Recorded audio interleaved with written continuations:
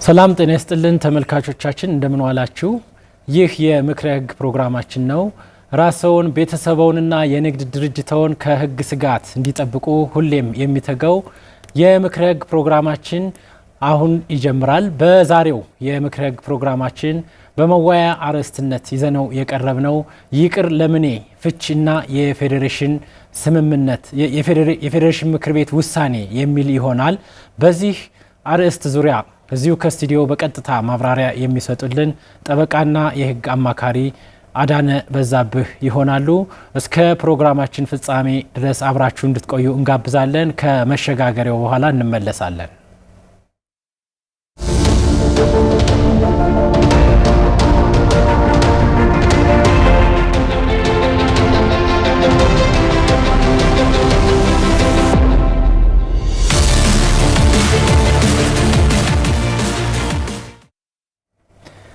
ወደ ውይይታችን ተመልሰናል። የዛሬውን የዚህን ምክረ ህግ ፕሮግራም በክብር ደረጃ ስፖንሰር ያደረገልን የአማራ ክልል ፍትህ ቢሮ ነው። የአማራ ክልል ፍትህ ቢሮ መልእክት እንደሚከተለው አቀርባለሁ። የህግ የበላይነትን ለማረጋገጥ በአጥፊዎች ላይ አስተማሪ ቅጣት ውሳኔ ለማሰጠት እየሰራ የሚገኝ እንዲሁም የሙስና ወንጀሎችን እንዳይፈጸሙ የቅድመ መከላከል ስራ እየሰራ የሚገኝ በወንጀል የተገኘ ሀብትን በማጣራት ለህዝብና ለመንግስት ተደራሽ ያደርጋል። በተጠርጣሪዎች ላይም የህግ ተጠያቂነትን እያረጋገጠ የሚገኝ ተቋም የአማራ ብሔራዊ ክልላዊ ፍትህ ቢሮ የክብር ስፖንሰራችን ከልብ እናመሰግናለን። እንግዳችን እንኳን በደህና መጡ። እንኳን ደህና ቆያችሁኝ። መልካም። ጠበቃና የህግ አማካሪ አዳነ በዛብህ እንግዲህ ለበርካታ ጊዜያት በክልል አቃቢ ህግነት ቆይታው አሁን ደግሞ በጥብቅና ስራ እንዲሁም የትርጉም ስራ የብዙ ሙያ ባለቤት ነዎት። እየሰሩ የሚገኙ እዚሁ ባህር ዳር ላይ ነዎት። ካሁን በፊት በሌሎች ፕሮግራሞችም ቀርበው የእንግዳችን ነው ጠቃሚ መልእክት ህጉን ተንተርሰው አቅርበውልናል። የዘውትር ተባባሪያችን በመሆኑ በአዘጋጁ በፍሳ ማስታወቂያና በአማራ ሚዲያ ኮርፖሬሽን ስም ምስጋናችን ላቅ ያለ ነው። እሺ፣ እኔም አመሰግናለሁ።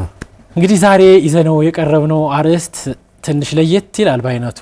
ይቅር ለቤቴ ይላል። ይቅር ለቤቴ ፍቺና የፌዴሬሽን ምክር ቤት ውሳኔ ይላልና እንግዲህ ለአርዕስቱን በምን ምክንያት ለምን መረጥ ነው የሚለውን ወደ ኋላ እንግዲህ ተመልካቾቻችን ሙሉ ፕሮግራሙን ሲከታተሉ ግልጽ ይሆናል ብለን እናስባለን።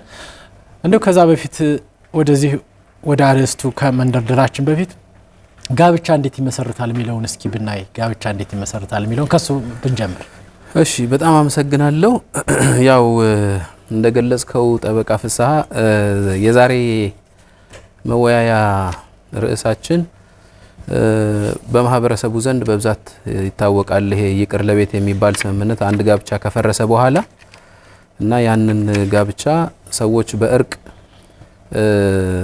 በሽማግሌ ታርቀው ወደ ቤታቸው ይገባሉ። ነገር ግን ያ ራሱን የቻለ ፎርማሊቲ ያለው በማለት ፌዴሬሽን ምክር ቤት የሰጠው ውሳኔ አለ። እሱን ነው ምንቃኘው። ወደሱ እንግዲህ ኋላ ላይ እንመለስበታለን። እንደገለጽከው ለመንደርደሪያነት ያህል እንግዲህ ጋብቻ ስለ ጋብቻ ከማውራታችን በፊት ቤተሰብ የሚለውን ነገር ትንሽ ሀሳብ እንስጥበት። መልካም። እንደሚታወቀው ጋብቻ ቤተሰብን ከመመስረቻ መንገዶች አንደኛው ነው። ቤተሰብ ማለት የህብረተሰብ መነሻ ነው። ቤተሰብ ያው ትንሹ ደቂቁ አካል ነው ማለት እንችላለን። ትንሹ ዩኒት ነው። ቤተሰብ ሲኖር ነው ማህበረሰብ የሚኖረው። ማህበረሰብ ሲኖር ደግሞ ሀገር ይኖራል ማለት ነው። ስለዚህ በጣም አስፈላጊ ለአንድ ሀገር ህልውና በጣም አስፈላጊ ነው የቤተሰብ መኖር። ለቤተሰብ መኖር ምንጭ ናቸው ብለን የምናስቀምጣቸው ሶስት ናቸው። አንዱ ጋብቻ ነው። ሌላው ተወላጅነት ነው። ከዛ ውጪ ያለው ደግሞ ጋብቻን ተወላጅነትን አንስተናል። እነዚህ ያሉ ግንኙነቶች ናቸው እና ጋብቻ የሚመሰረትባቸው በህጉ ላይ በግልጽ የተመለከቱ ሁኔታዎች አሉ። እንግዲህ አንድ ሰው ጋብቻ ለመመስረት በአማራ ክልል ቤተሰብ ህግ አንቀጽ 11 ላይ የተመለከቱ ሁኔታዎች አሉ። ይሄም ምንድነው የመጀመሪያው እድሜው 18 ዓመት የሞላ ሰው መሆን አለበት። ነጻ ፈቃዱን መስጠት አለበት። ከዛ ውጪ የጋብቻ ስርዓቱም በራሱን የቻለ የአፈጻጸም ፎርማሊቲዎች አሉት ወይም ደግሞ ቅድመ ሁኔታዎች አሉት። እነሱን ፎርማሊቲዎች ተከትሎ የተፈጸመ ጋብቻ መሆን አለበት ማለት ነውና ጋብቻን በዚህ መንገድ ልንረዳው እንችላለን። ጋብቻ የሚፈጸምባቸው ስርዓቶች ስንል እንግዲህ በህጉ ላይ በግልጽ እንደተመለከተው በሶስት መንገድ ጋብቻ ሊፈጸም ይችላል። የመጀመሪያው በክብር መዝገብ ሹም ፊት የሚፈጸም ነው። ሁለቱም ተዋዋይ ወገኖች ቀርበው ማለት ነው። በክብር መዝገብ ሹም ሁለቱ ተዋዋይ ወገኖች ሁለቱ ተጋቢዎች ባልና ሚስት መገኘት አለባቸው። ያው አንድ ወንድና አንድ ሴት እድሜያቸው 18 ዓመት የሞላ ነጻ ፈቃዳቸውን መስጠት የሚችሉ ክብር መዝገብ ሹም ፊት ወይም በሃይማኖት ተቋማት በኩል ወይም ደግሞ በባህላዊ መንገድ በእነዚህ በሶስት ስርዓቶች ጋብቻቸውን መፈጸም ይችላሉ ማለት ነው። ከዛ በኋላ ግን ጋብቻው ከተፈጸመ በኋላ ደግሞ የጋብቻ የምስክር ወረቀት ማግኘት የግድ ነው። ጋብቻ የምስክር ወረቀት ወይም ይሄ ሜሬጅ ሰርቲፊኬት እንለዋለን በእንግሊዝኛው፣ እሱን ማግኘት ያስፈልጋቸዋል ማለት ነው። ስለ ነጻ ፈቃድ ስናወራ እንግዲህ የአንድ ሰው ነጻ ፈቃድ በውል ህግ ላይ በግልጽ እንደምናውቀው አንድ ሰው ስምምነቱን ሲሰጥ ከስነ ልቦና ከአካላዊ ተጽዕኖዎች ነጻ ሆኖ ከማታለል እና ከስህተት ነጻ ሆኖ ጋብቻውን ሊፈጽም ይገባል። ይሄ ማለት ምንድነው? እገሌን ካላገባሽ ይሄን ነገር አልሰጥሽም ወይም ይሄን አታገኝም ማስፈራሪያ አይነት ነገር ካለ ወይም ደግሞ ባልየው ይሄ አይነት ልጅ ናት ተብሎ ሚስቲቱ ተነግሮት በኋላ ሲመጣ ጋብቻውን ከፈጸመ በኋላ እውነቱን ሲያረጋግጥ ሌላ አይነት ወይም ለምሳሌ ትልቋን እህቷን ሊያገባ ተስማምቶ ትንሽዬዋ እህት ነው የምታገባው ቢባል ይሄ አሁን የፋክት ስህተት ወይም ኤረር የምንለው ነው። እንዲህ አይነት ስህተቶች ሲያጋጥሙ ጋብቻ ማለት ይሄ አይነት ነገር ነጻ መሆን አለበት ነው ከዚህ አይነት ስህተት እና በነጻ ፈቃድ የተፈጸመ መሆን አለበት የምንለው እነዚህ ሁኔታዎች ሲሟሉ ነው ማለት ነው። መልካም ጥሩ ገልጸውልናል። እንግዲህ ጋብቻ እንዴት ይመሰረታል የሚለውን እንደው አሁን ጋብቻ የሚመሰረተው በዚህ አግባብ ነው ካልነ ጋብቻ በህጋዊ መንገድ እንደው ፈርሷል ለማለት ህጉ የሚያስቀምጣቸው መስፈርቶች ምንድናቸው? እንደው ማሟላት አለባቸውስ የሚባሉ በህጉ የተቀመጡ መስፈርቶች ሲኖሩ ይሆን? እንደው ፈርሷል አሁን ጋብቻ ፈርሷል ለማለት። ኦኬ በጣም ጥሩ። ቅድም ሌላውን ነገር ስነካካ ትንሽ የረሳሁት የመሰለኝ አንድ ሶስተኛው ነጥብ የቤተሰብ መመስረቻ 3 ነጥቦች ብዬ ነበር። ሶስተኛው ነጥብ ጉዲፈቻ የምንለው አዶፕሽን እሱ ነው። ያው የጋብቻ ማነው ስሙ የቤተሰብ መመስረቻ አንዱ ተወላጅነት፣ ሌላኛው ጋብቻ፣ ሌላኛው ጉዲፈቻ 3 ናቸው። በእነዚህ መንገድ ነው ቤተሰብ የሚመሰረተው። ጋብቻ ወደሚፈርስባቸው ነጥቦች ስንመጣ እንዲሁ ጋብቻን ለማፍረስ 3 ነጥቦች ተቀምጠዋል። ጋብቻ የሚፈርሰው የመጀመሪያው ከተጋቢዎቹ አንዱ ህይወቱ ሲያልፍ ወይም ሲሞት ወይም ደግሞ የመጥፋት ውሳኔ ሲሰጥ፣ ያው የመጥፋት ውሳኔ የምንለው በፍትሐ ብሔር ህጋችን አንቀጽ 165 ላይ የተቀመጠ አለ። አንድ ሰው በመኖሪያ አካባቢው ይኖርበት ከነበረው ቦታ ጠፍቶ ስለ አለበት ሁኔታ ሳያሰማ ለረጅም ጊዜ የቆየ እንደሆነ ጠፍቷል ተብሎ የመጥፋት ውሳኔ ይታወጃል። እስከ 2 ዓመት ነው የሚለው ህጉ።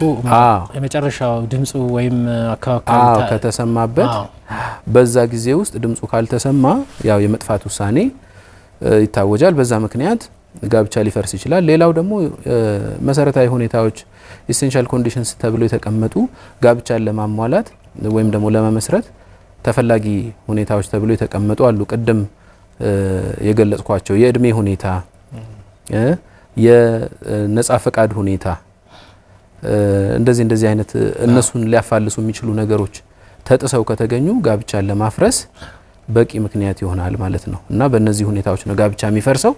ጋብቻ እንዲፈርስ የሚደረገው በፍርድ ቤት ውሳኔ ብቻ ነው።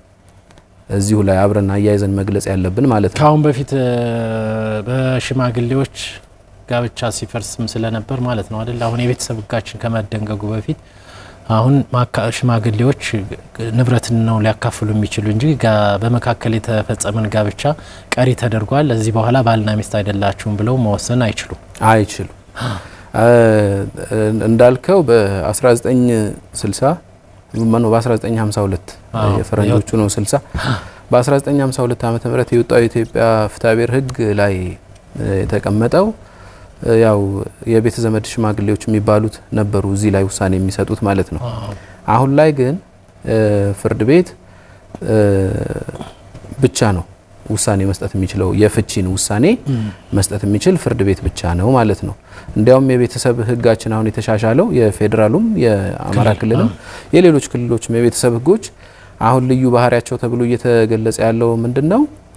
መግቢያውን አስፍተው መውጫውን አጥብበውታል ነው ማለት መግቢያው በሶስት መንገድ ይገባሉ ተብሏል። ጋብቻ ሲመሰረት በሶስት አይነት መንገዶች ሰው ጋብቻ ሊመሰረት ይችላል። በባህላዊ መንገድ፣ በሃይማኖታዊ መንገድና በክብር መዝገብ ሹም ጋብቻውን ይፈጽማል። ስለዚህ ሰፊ ነው ለመግባት መውጫው ግን ጠቧል ነው። ፍርድ ቤት ካልወሰነው በስተቀር ጋብቻን ዝም ብሎ በዘፈቀደ ማፍረስ አይቻልም ነው። ጥሩ እይታን ጥሩ አባባል ነው መውጫው ጠቧል የሚለው መልካም። ስለዚህ ከዚህ አንጻር እንግዲህ ባልና ሚስት እንግዲህ ለረጅም ጊዜ ተለያይተው መኖራቸው እንግዲህ ወደ አርዕስታችንም እየተንደረደርን ነው። እንደው ባልና ሚስት ለረጅም ጊዜ ተለያይተው መኖራቸው ጋብቻው ፈርሷል ያስብለዋል ወይ? ይሄ ፈርሷል የሚለው ሌላም ውጤትን ይዞ ስለሚመጣ እንደው በዚህ ላይ ሕጉ ምን ይላል? 2-3 እይታዎችም ስላለ አሁን የተደረሰበትንም ጨምረን እንደው ዝርዝር አድርገን ብናየው። እሺ በጣም አመሰግናለሁ። ይሄንን በተመለከተም ያው ዛሬ በመወያያነት ከያዝነው ርዕሰ ጉዳይ ጋር ትንሽ ተቀራራቢነት ያለው ጉዳይ ነው። ጋብቻ የመፈጸሚያውና የማፍረሻው ጉዳይ በጣም ክሪቲካል ነው። ቅድም እንደገለጽኩት ጋብቻ የሚፈርሰው በፍርድ ቤት ብቻ ነው። በፍርድ ቤት ካልፈረሰ ጋብቻ ፈርሷል ሊባል አይችልም ማለት ነው። ምናልባት ያው በማህበረሰቡ ልማድ እንደምናውቀው አንድ ሰው መጀመሪያ ጋብቻ ይመሰርታል። ከዛ ደግሞ ያንን ጋብቻውን በተለያየ ምክንያት ያፈርስና ወይ ተለያይቶ ይሄድና ከሌላ ሰው ጋር ጋብቻ ይመሰርታል። ሴትም ወንድም ያው እንግዲህ እንደየኮንቴክስቱ ይመሰርታል ይላል። 3-4 ጋብቻዎች ሊመሰረቱ ይችላሉ።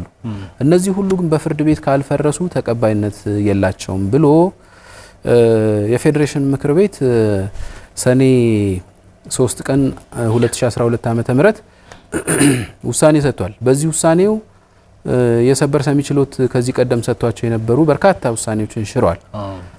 በቅጽ 4 መዝገብ ቁጥር 20098 ቅጽ 5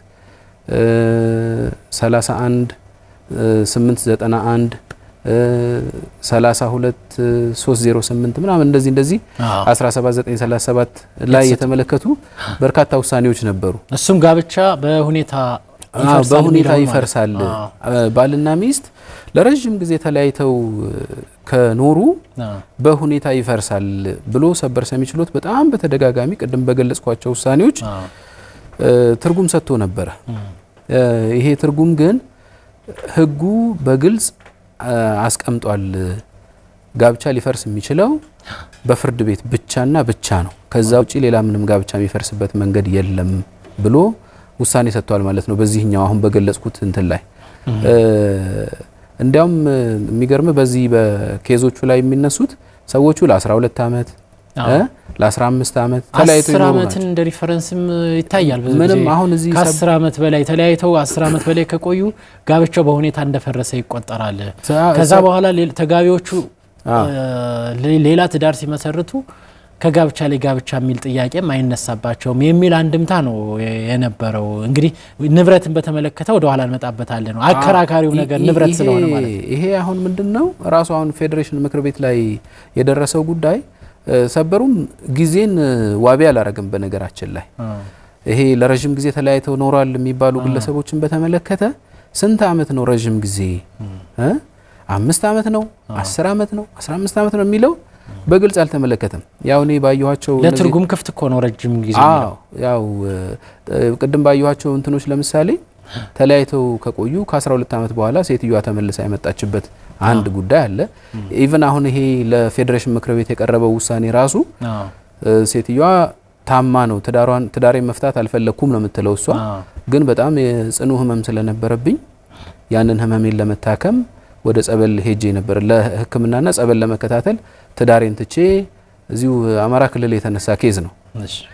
ምስራቅ ጎጃም ማቻከል ወረዳ ላይ የተነሳ ነው እና ከዛ እንትን ብላ ጸበል ቆይታ ወደ ቤቷ ስትመለስ ባልየው ሌላ ሚስት አግብቶ ይቆያታል እና እንዲህ ከሆነ ትዳሬ ይፍረስልኝ ስትል አይ በሁኔታ ፈርሷል ተባለች። እሺ እንግዲያው ንብረቴን ያካፍለኝ ስትል እሱም 10 ዓመት ስላለፈች ንብረት ልታገኝ አይገባም ወደ 1845 ሄዶ ማለት ነው። ወደ 1845 የፍትሐ ብሔር ህጉ ተኬዶ ምክንያቱም በህጉ ላይ ግልጽ ነገር የለውም። ይሄንን የተመለከተ ግልጽ ውሳኔ የለውም። የይርጋ ገደብ አልተቀመጠበትም እና 1845 የፍትሐ ብሔር ህጉን በመተርጎም መልካም አንድ ስልክ እንቀበልና እንመለሳለን። ሄሎ ሄሎ ሄሎ ተቋርጧል ስልኩ። እንግዲህ በድጋሚ ደውላሉ ብለን ተስፋ እናደርጋለን። እንቀጥል። ኦኬ። ስለዚህ ያው ግለሰቧ የንብረት መብትሽም 10 ዓመት አልፎታል ተባለች። እንደገለጽከው የፍትሐ ብሔር ህጉን አንቀጽ 1848 መነሻ በማድረግ ነው ይሄ 10 ዓመት የጊዜ ገደብ የተቀመጠው 1845።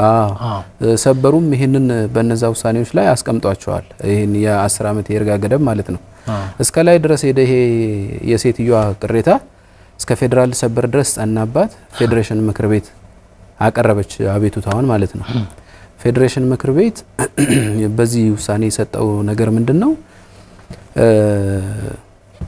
ግለሰቧ ያው ለጸበል በሚል ቤቷን ትታ መሄዷ ይታወቃል። ህመም ነበረባት። ያንን ህመሟን ድና ስትመለስ ግን ሌላ ትዳር በትዳሯ ላይ ተመስርቷል። ስለዚህ እቺ ሴትዮ ፍቺውን መጠየቅ ፍቺውን መጠየቋ ተገቢነት አለው። በፍርድ ቤት ነው መወሰን ያለበት። በሁኔታ ፈርሷል የሚባል ነገር የለም። ህጉ ጋብቻ በሁኔታ እንዲፈርስ አላስቀመጠም። ጋብቻን ማፍረሻ ብቸኛው አማራጭ የፍርድ ቤት ክርክር ነው። በፍርድ ቤት ነው ጋብቻ ፈርሷል ሊባል የሚገባው ብሎ ወስኗል። ያው የንብረቱን ጉዳይ በተመለከተም 10 ዓመት ይርጋ የሚባል ነገር የለውም። በማንኛውም ሰዓት መጠየቅ ትችላለች። አብራ እስካፈራችሁ ጊዜ ድረስ ያለውን ማለት ነው። እሷ ቤቷን ትታ ከሄደች በኋላ ሰውየው ያፈራውን ሀብት ልትጠይቅ አትችልም። ግን አብረው እስከነበሩ ድረስ ያፈራችውን የጋራ ሀብት መጠየቅ ህገ መንግስታዊ መብት አላት በሚል የህገ መንግስት ትርጉም ነው የሰጠበት ማለት ነው። ስለዚህ የፌዴሬሽን ምክር ቤት ከዚህ ላይ ካሁን በፊት በፌዴራል ጠቅላይ ፍርድ ቤት ሰበር ሰሚ ችሎት የተሰጡትን ቅድም የጠቀሳችኋቸውን የሰበር መዝገብ ቁጥር ሙሉ ለሙሉ ሽሮታል ማለት ነው። አሁን ባለንበት ሁኔታ ላይ ጋብቻ በሁኔታ ፈርሷል ሊባል አይችልም በሚል ነው ያለው አሁን ህጉ የሚለው። አሁን ያለው ወቅታዊ የህግ ግንዛቤ ጋብቻ በሁኔታ ፈርሷል ሊባል የሚችልበት ነገር አንድ ስልክ እንቀበልና እንመለሳለን። ሀሎ አሎ፣ ማን ከየት ነው? ሄሎ ሄሎ ወጥቷል። ዛሬ ስልክ አስቸገራሉ። እንግዲህ መለሳሉ ብለን እናስባለን። ስለዚህ እንግዲህ የፌዴሬሽን ምክር ቤት የሚሰጣቸው ውሳኔዎች ህግ ናቸው። እንግዲህ ያው ራሱን የቻለ እንትን አለው፣ ክርክር አለው እዚህ ጋር ማለት ፌዴሬሽን ምክር ቤት የሚሰጠው ውሳኔ እንደሰበሩ ሁሉ በሀገር አቀፍ ደረጃ አስገዳጅ ነው አይደለም ምናምን የሚለው ክርክር ይነሳል። ዞሮ ዞሮ ይሄኛው ብዙም እንትን አይደለም። አስገዳጅ የሆነውን የሰበር ውሳኔ ከሻረው ወደ ስቴተስ ኳ አንቴ የምንለው ነገር አለ አይደለም፣ ቀድሞ ወደ ነበርንበት ቦታ ተመልሰናል ማለት ነው። ስለዚህ አረዳድ ደረጃ እንደዛ ነው። ስለዚህ ፌዴሬሽን ምክር ቤት አሁን ያለው ሁኔታ በጋብቻ በሁኔታ ፈርሷል የሚለው ተሽሯል ነው። ተሽሯል። በሁኔታ ማፍረስ የሚባል ነገር የለም። በእርግጥ እዚህ ጋር የሚነሳ ነገር ምን አለ መሰለ፣ ለምሳሌ አንድ ሰው መጀመሪያ የነበረውን ጋብቻ ቀደም እንዳነሳ ነው ማለት ነው እየተወ ሌላ ቦታ እየሄደ ሌላ ጋብቻ እየመሰረተ አሁንም ያንን እየተወ ሌላ ቦታ እየሄደ ሚስትም ባልም በተመሳሳይ ሁኔታ እንደዛ ያለ የጋብቻ ሪሌሽን ውስጥ ሊገቡ ይችላሉ። ሶ አሁን እንደዛ ያለ አጋጣሚ ሲፈጠር ምንድነው መፍትሄው የሚለው በጣም አስቸጋሪ ይመስላል። በሁኔታ ማፍረሱ መልካም። አንድ ስልክ እንቀበልና እስኪ መሰራ ከሆነ ሄሎ ሄሎ ሄሎ ይሰማል? ማንን በል ከየት ነው? ከዋግምራ ነው። እሺ እስኪ ጥያቄዎትን አጠር አድርገው። እሺ ጥያቄው የጋራ ሀብት በተያያዘ ከምን ጋር የተያያዘ? የጋራ ሀብት ንብረት ጋር። የጋራ ሀብት ንብረት። እሺ እሺ እስኪ ያቅርቡልን። እና የመኖሪያ ቦታ ላይ ሄሎ የመኖሪያ ቦታ ላይ ለምሳሌ መጀመሪያ ሳይጋቡ ነበርና እሺ ቦታው በሴቷ ስም ተሰጠ። ከዛ ወዲያውኑ ተጋቡና የሆነ ማህበር ተደራጅቶ ቦታ ለመቀበል ወንድየው ሲሄድ በሚስቱ ስላለ ተብራችሁን ነበር መዘጋጃ መለሰው። ባልየው ቦታ ተከለከለ ነው የሚሉን? አዎ ተከለከለ። የተቀበለችው ግን ከመጋባታቸው በፊት ነው። ስለዚህ ከጋብቻ በፊት ቦታውን ሚስት ማግኘቷ ባልን ቦታ ሊያስከለክለው ይገባል ወይስ አይገባም? ህጉ ምን ይላል ነው ጥያቄዎት? አዎ ሀብት አፍርተውበታል ወይ? ሀብት አፍርተውበታል። ቤት ሰሩበት ግን ምንም ነገር የለም። አዲስ ነው ገና በተቀበሉ ያንኛውም በአጋጣሚ ተደረጀና ባልየውም ተደራጀና ሊቀበል ሲሄድ አይ አንተ በሚስት ስለተቀበልክ መቀበል አትችልም ብሎ መዘጋጃ የግል አስደርጋዋለች ወይ ሚስቲት? የግል ነው አላለችውም አይደል? በጋብቻ ውል አላለችውም። እንዳጠቃላይ ግን ምናልባት ሌላ ችግር ቢፈጠር ፍች ቢፈጠር ይሄ ቤት ይሄ ቦታ በስሟ የተመዘገበ ስለሆነ የግሏ ሆኖ የሚቀጥለው ወይስ ከተጋቡ የጋራ ሀብት ነው? የግል አልተባለም። በጋብቻ ውል ላይ የግል አልተባለም። እሺ ጥያቄ የለውም አቶ አዳነ። መልካም እሺ፣ ምላሹን ይጠብቁ። እናመሰግናለን ስለደወሉ። እሺ እንግዲህ እዚህ ላይ ምላሹን ሰጠንለፍ። እንደተረዳሁት ያሉት ጠያቂያችን የግል ማን ነው ቦታ ተመርታ ሚስቲቱ የማህበር ቤት ተደራጅታ የማህበር ቤት ነው የተመራችው እና ግን ምንም ነገር የተሰራበት ነገር የለም። እሷም የግል አላስባለችውም ነው። ይህንን በተመለከተ እንግዲህ የጋብቻ ውል የሚባል ነገር አለ።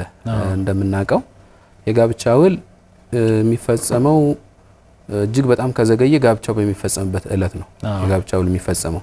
አስቀድሞ መፈጸም አለበት፣ ግን ከዘገየ የጋብቻ ውለት መፈጸም አለበት እና በዛ ወቅት ደግሞ ሲፈጸም ባልና ሚስት የጋራ የሚሏቸውን ወይም ደግሞ የግል የሚሏቸውን ነገሮች ማስቀመጥ አለባቸው። ይሄ የጋብቻ ውል በግልጽ ያላስቀመጠው ነገር ካለ ወይም ደግሞ በይዘቱ ፈራሽ የሚሆን ከሆነ ውሉ ያሏቸው ንብረቶች በሙሉ የጋራ እንደሆኑ ነው የሚገመተው። የግምት የሚወሰደው እንደዛ ነው።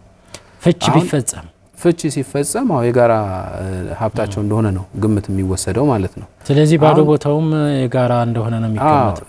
በነገራችን ላይ በመርህ ደረጃ በጋብቻ ውስጥ ያለ ንብረት በሙሉ የጋራ ነው ተብሎ የሚገመተው። በልዩ ሁኔታ ግን ያው ኤክሰፕሽኖቹ ተቀምጠዋል። የባል ወይም የሚስት የግል ሀብት የሆነ ያው ይሄ የግል ሀብቴ ነው ብሎ በውሉ ላይ ነው የሚያስቀምጠው። የግል ሀብት የሆነ ወይም ደግሞ በጋብቻ ውስጥ ባለበት ወቅት በስጦታ ወይ በውርስ ያገኘው ሀብት ከሆነ የግል ሀብቱ ይሆናል።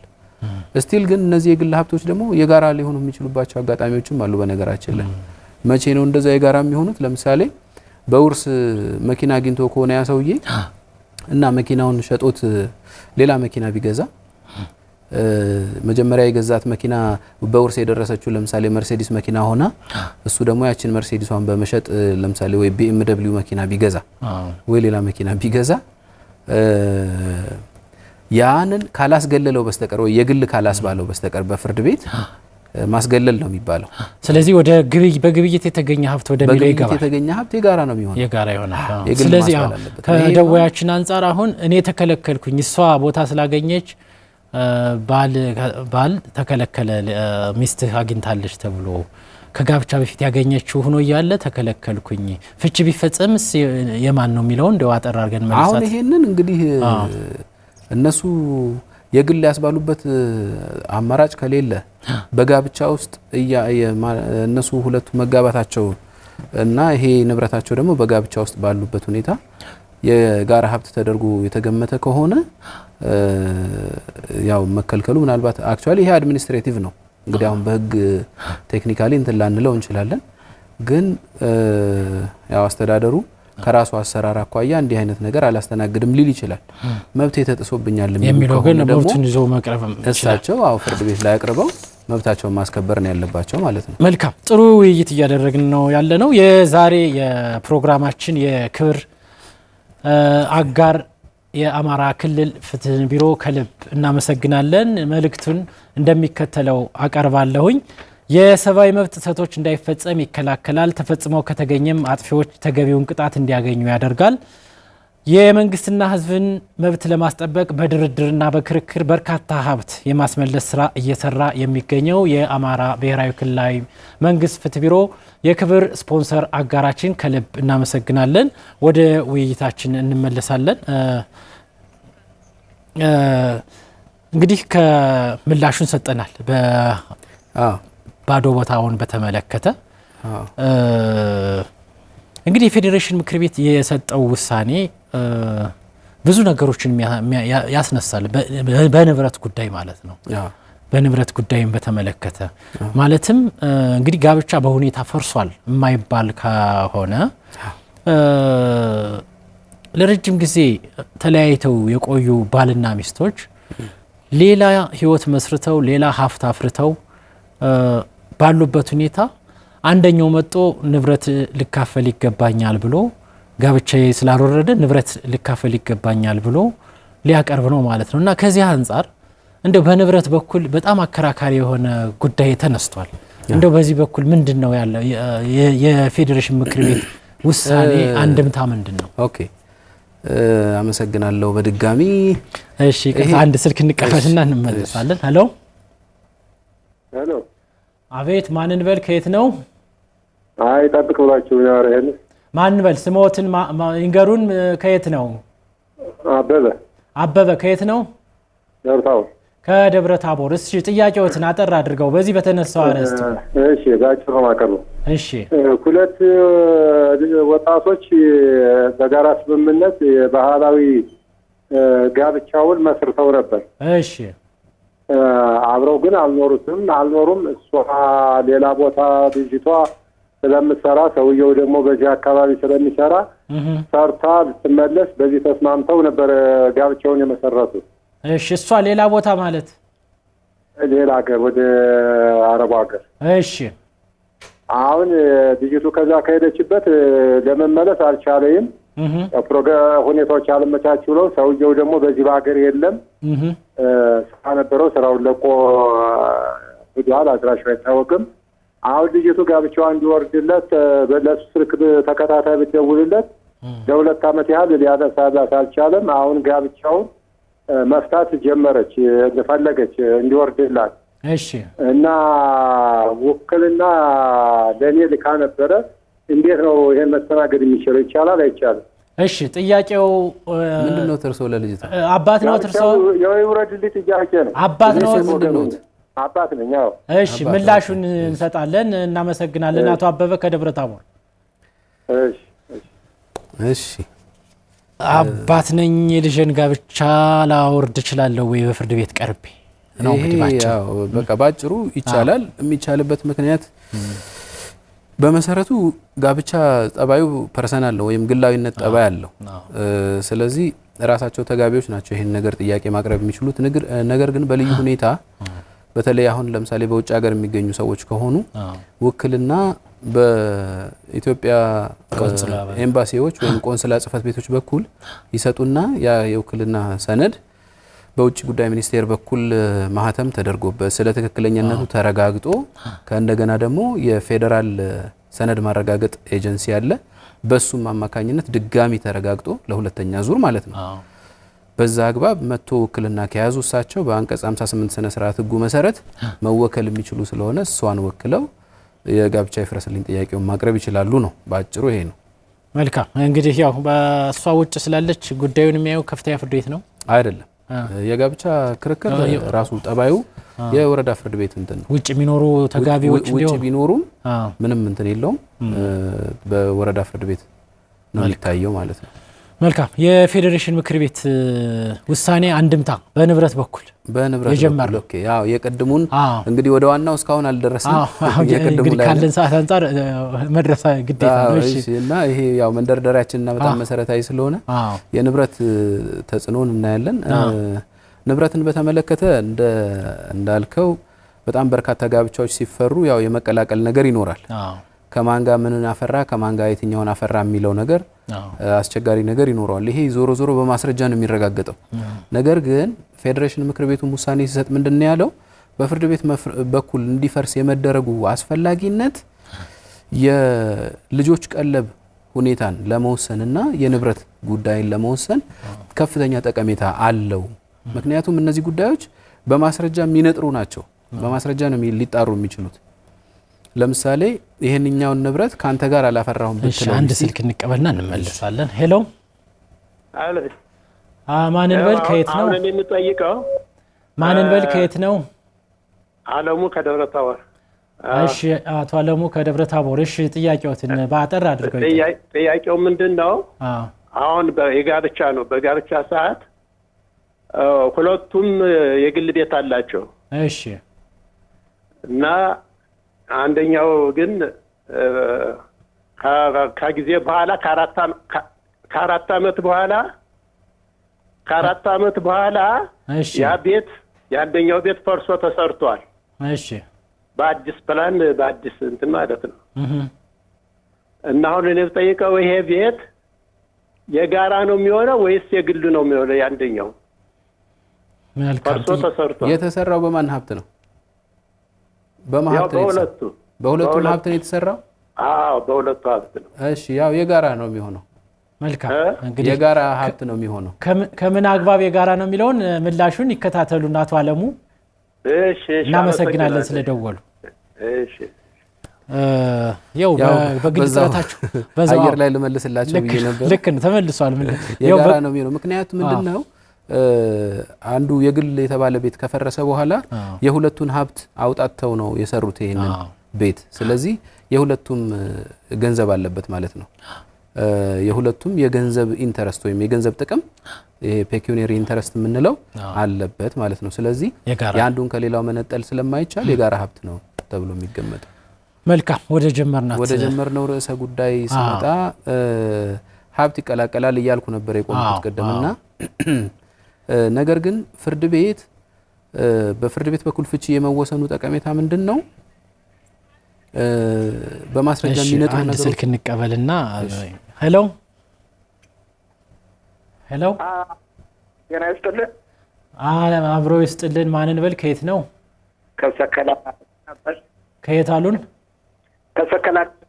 ከሰከላ አቶ ጌታነህ እሺ ጥያቄዎትን አጠር አድርገው አሁን አንድ ባልና ሚስት ነበሩ አንድ ምን ባልና ሚስት እሺ ይቆራረጣል ድምጻቸው ስለዚህ ሁለቱ መጀመሪያ መሬት ነበር መሬት እሺ ሽንጋስ በኋላ በኋላ ተመዘገበ እሺ እየሰማሁት በእሷ ስም በሚስት ስም ነው የተመዘገበ እሺ ከዛ በኋላ ሲኖሩ መሬት ተፋቱ ማን ነው የሚሆነው ሲፋቱ ማለት ነው እና መሬቱን በተመለከተ በጋብቻ ውሉ ላይ መሬቱን በተመለከተ የተቀመጠ ነገር አለ የጋራችን ይሆናል የሚል ነው ምንም የለም እሺ ምላሹን ይከታተሉ አቶ ጌታነህ ከሰከላ ስለደወሉ ከልብ እናመሰግናለን እሺ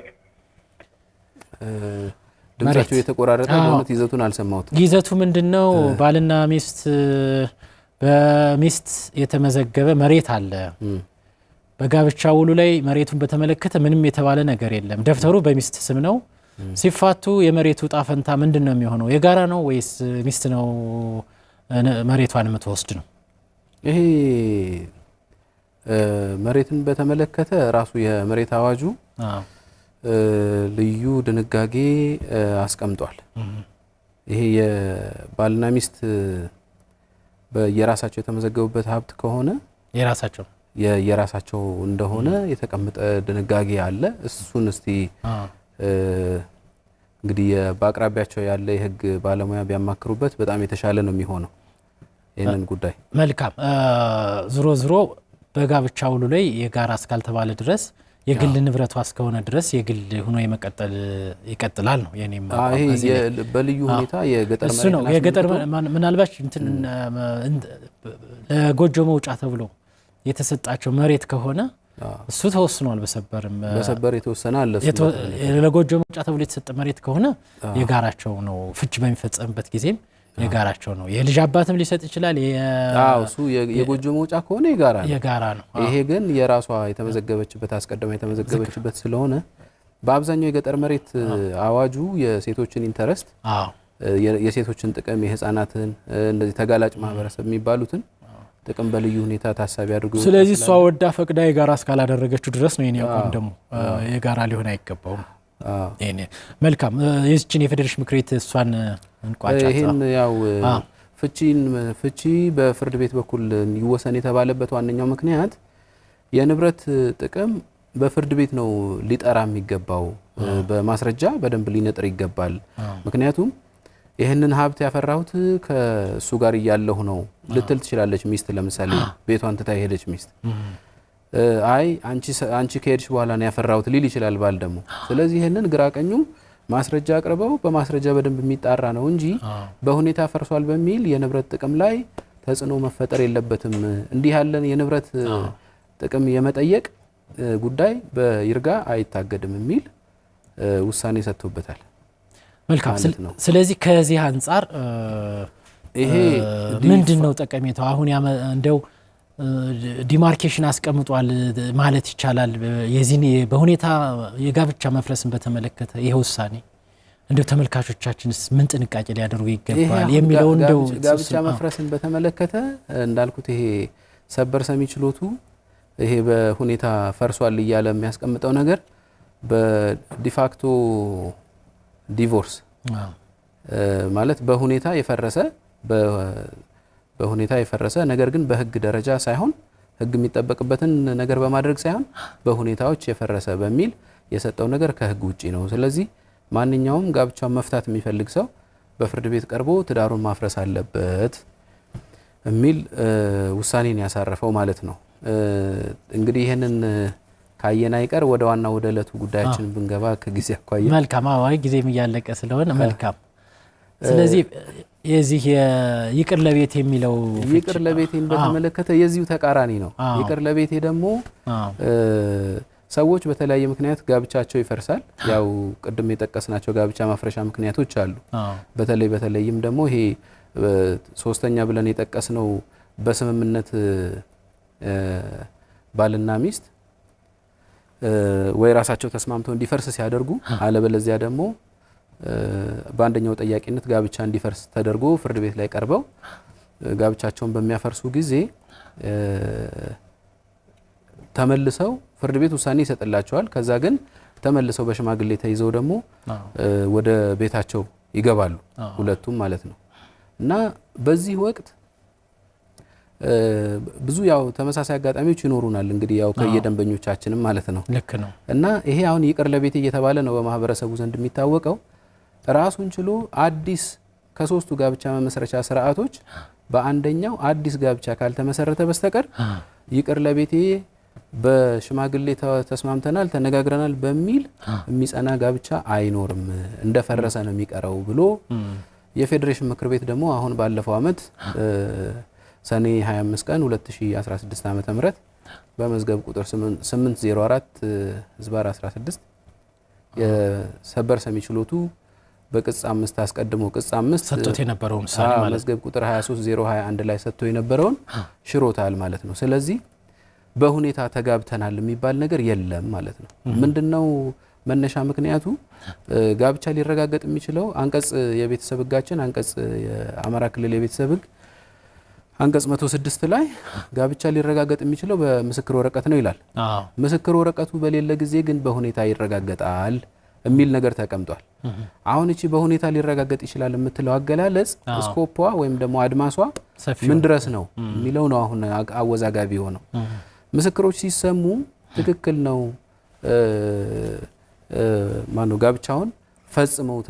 ጋብቻውን ፈጽመዋል። ሲፈጽሙም በባህላዊ መንገድ እንዲህ ሰርግ ተደግሶ በቤተ ክርስቲያን ወይ እንደዚህ በባህላዊ መንገድ መስጊድ ሄደው እንደዚህ አድርገዋል ብለው የሚያስረዱ ከሆነ እውነትም ጋብቻው በሁኔታ ተመስርቷል ልንል እንችላለን።